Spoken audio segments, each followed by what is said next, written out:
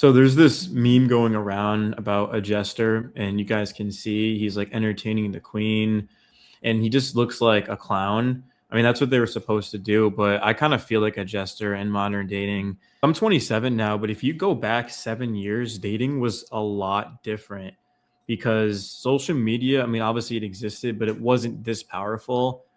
There was a lot more of people kind of being in their area, dating or school, or maybe their neighborhood, but that just isn't exactly the case anymore. I mean, women have guys all over the world globally reaching out to them, like flying them out. They're getting DM'd on Instagram.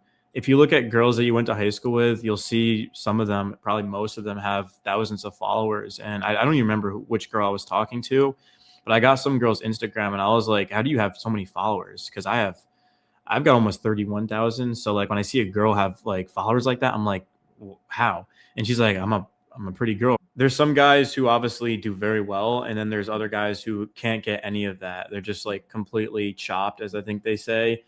But you have to understand there's no difference between the middle ground or the lower ground. The only guys that are doing well are honestly the ones who don't really have to put much effort. And unsurprisingly, those guys are the attractive ones. If you have other things to offer than your looks, you're in great shape. Maybe you have some status, some fame, money. Like obviously it's going to help, but you can't really exactly lead with those things. I used to do this a ton when I first started approaching girls. I do YouTube. I've got a pretty big following. I don't have millions or anything like that, but I've got like 130K.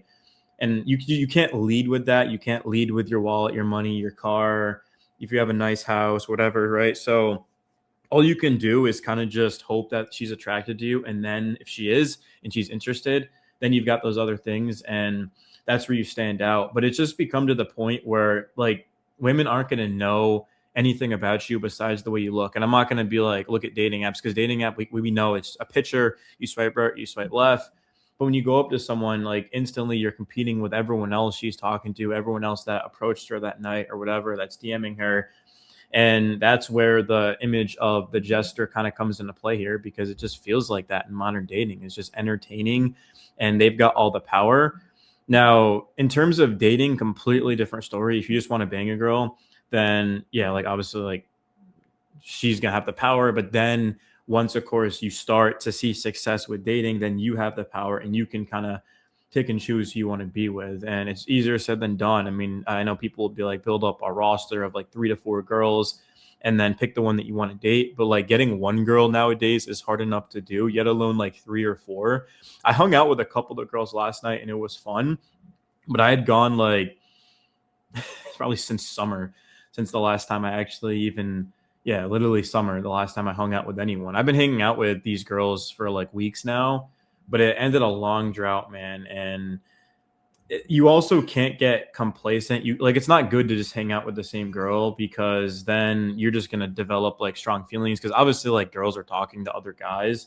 So if you're just talking to one girl, it's just, I know it sounds wrong and like twisted, but that's kind of the truth, is the more options you have, the better. Cause like you can't be afraid to lose a girl, or they're just going to like be able to sniff that out and you just lose leverage. And that's why people say like, oh, don't text someone back right away. Don't show too much interest. Like, I think it's dumb that that's how it is. But like, if you actually follow that, you'll do way better dating and things like that. So I didn't update you guys on that girl. But if you look at the community post, like that girl took a picture of us, whatever, X-ray number, and then took days to respond. And I just started leaving her on red. She started like hitting me up and kind of chasing and stuff. And then I was like, whatever, man. So I don't really like manipulating people, but like that's literally like just how kind of dating is being hot and cold, being toxic, not being too available. And I don't claim to be red pill at all. I think red pill is complete bullshit. I think black pill is, I think really basically like anything with a pill is bullshit, but there's things that you can learn from all of it too. And like, you're just lying to yourself if you think that like, what's the word? Show pre-selection. Oh yeah, it is pre. Yeah, I was right. Okay. Anyway, I get it. Yeah, pre-selection, just having options. Let me give you the exact definition. So pre-selection is the process of choosing candidates, options, or mates in advance, often based on initial assessments, filters, or in social context, evidence of desirability by others. Yeah. Pre-selection is almost, I'd even argue that pre-selection is more powerful than being famous. It's not more powerful than being good looking, but like in terms of like fitness status, I think pre-selection is bigger. I'll give you guys an example because it's the easiest way. So this one girl completely screwed me over. Like I took her on a trip and she ended up like ditching me for her ex. And then I saw her months later at a party and I had like three girls around me. And this was like a year ago when I was actually doing well in dating. Now obviously is atrocious as if you guys watch my content. But she literally like wanted to stay back in touch and I was doing so well. I never even texted her back or anything like that. But it's like she sees you with other girls and you have options. And I also quit watching porn. That was like when I actually first quit starting it. And like she just knew, she didn't know I quit, but like something was just different. And I think like one of the easiest ways to actually do better dating is to just not do that. Like there's literally no benefit of watching it. I mean, I understand like guys struggle and stuff, but if you quit it, like your life will change. And yeah, so it just makes it way easier. Like it pushes you to actually go out and talk to girls, to be real with you.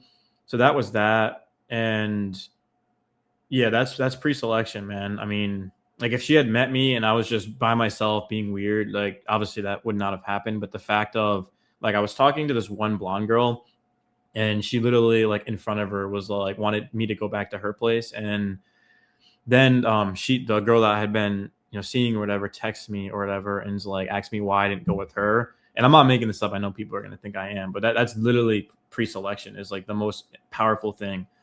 I mean, I know that having money and being famous is powerful, but like pre-selection is actually just as powerful. Like even if you're like not attractive, if you're always just pulling girls and getting pretty girls, I mean, they're gonna be like wondering, what's good about you. And I'm not saying every time, but like think about it, bro. Like if you have like a super pretty girlfriend, like you walk in, that like, that's a powerful thing. Yeah, the thing is, a lot of guys think they're ugly and they're actually really not. I mean, of course there are people, guys and girls that are, but you can do things to help yourself out, man. I mean, I don't think anybody's truly doomed, if I'm being real with you. So like me personally, my goal is to probably try to get to like, I think right now I'm like a 5.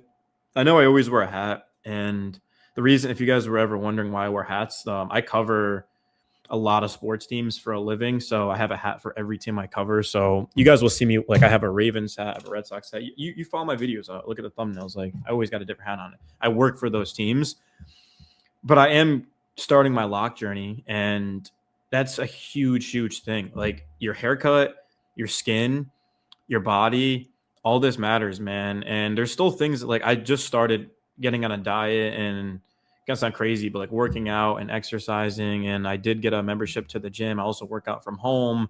And I'm in the process of also like taking what's it called? I don't know the name of it, but it's like under your tongue. I think it's like once or twice a day. It's for your liver too, because I drink heavy like once a week, and that's actually not bad because your body has time to process it and digest it and stuff like that. But just anything you can do to help, you're gonna have to do, bro. I mean, it's as simple as that. I mean, you're competing with so many guys, and you have to do everything in your life. You can't, like I'm tall, but I'm 6'2", but you can't just rely on being tall because a guy that's shorter, that's way better looking, is gonna do better. Like for example, a guy on my Discord, Kian, I mean, he's not to sound like I'm glazing him, but he's what 5'7", and he gets way more matches than me on dating apps. So